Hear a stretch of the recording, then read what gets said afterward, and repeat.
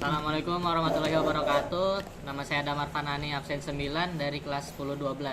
Hari ini saya akan menjelaskan mengenai lembaga keuangan. Di lembaga keuangan itu ada 3 yang dibahas. Yang pertama ada bank, non-bank, dan ada OJK. Langsung saja ke kegiatan pembelajaran yang pertama, yaitu bank. Istilah bank berasal dari bahasa Italia, yaitu banco, yang berarti meja atau bangku.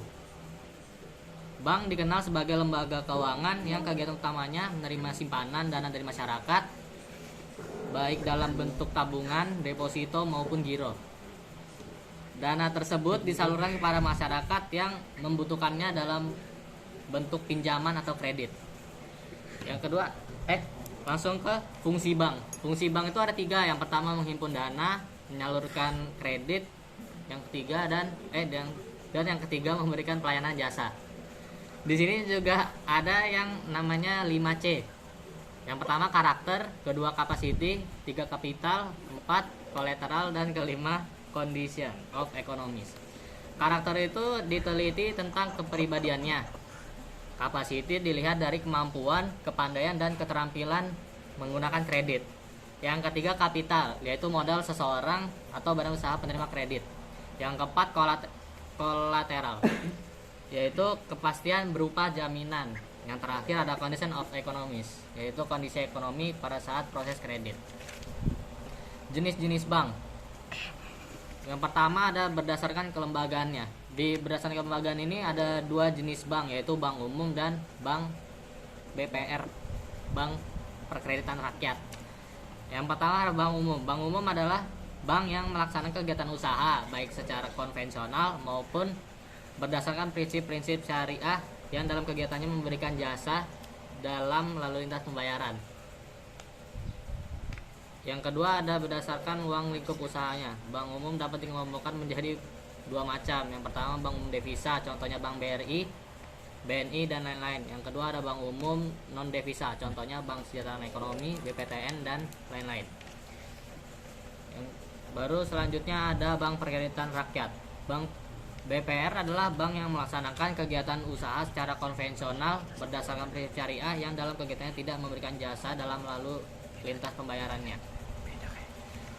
Baru ada berdasarkan kepemilikan dapat dibedakan menjadi 5 macam. Yang pertama bank persero. Yang kedua ada bank swasta nasional. Yang ketiga ada bank pembangunan daerah. Yang keempat ada bank campuran. Yang kelima ada bank asing.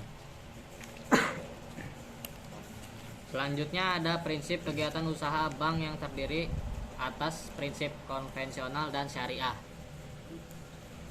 Konvensional adalah bank yang menjalankan usahanya berbasis pada bunga, sedangkan bank syariah bank yang menjadi penyedia jasa keuangan yang bekerja berdasarkan etika dan sistem nilai Islam.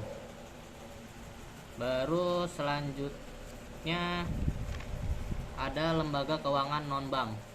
Secara umum fungsi dan peranan lembaga keuangan non-bank hampir sama dengan lembaga keuangan yang berbentuk bank.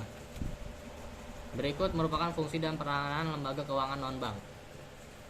Yang pertama ada menghimpun dana dari masyarakat yang kelebihan dana.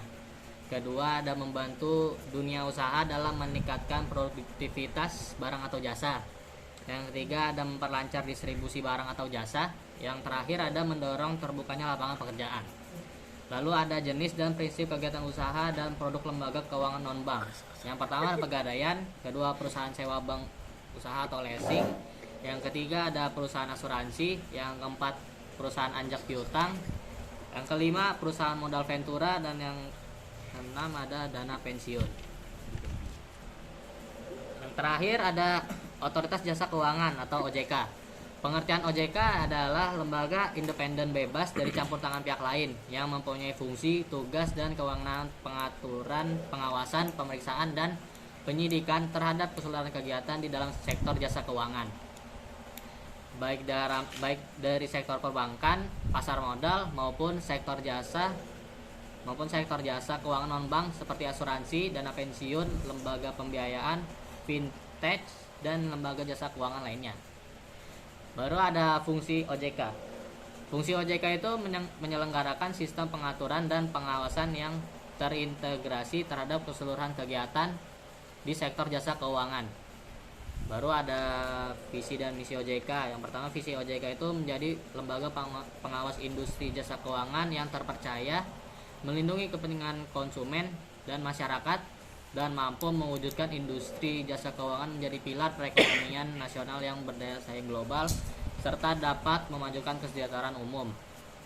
Lalu misi OJK itu yang pertama, mewujudkan terselenggaranya seluruh kegiatan dalam sektor jasa keuangan secara teratur, adil, transparan, dan akuntabel. Yang kedua, mewujudkan sistem keuangan yang tumbuh secara berkelanjutan dan stabil. Yang terakhir ada melindungi kepentingan konsumen dan masyarakat. Itu saja yang saya sampaikan. Terima kasih. Wassalamualaikum warahmatullahi wabarakatuh. Waalaikumsalam warahmatullahi wabarakatuh.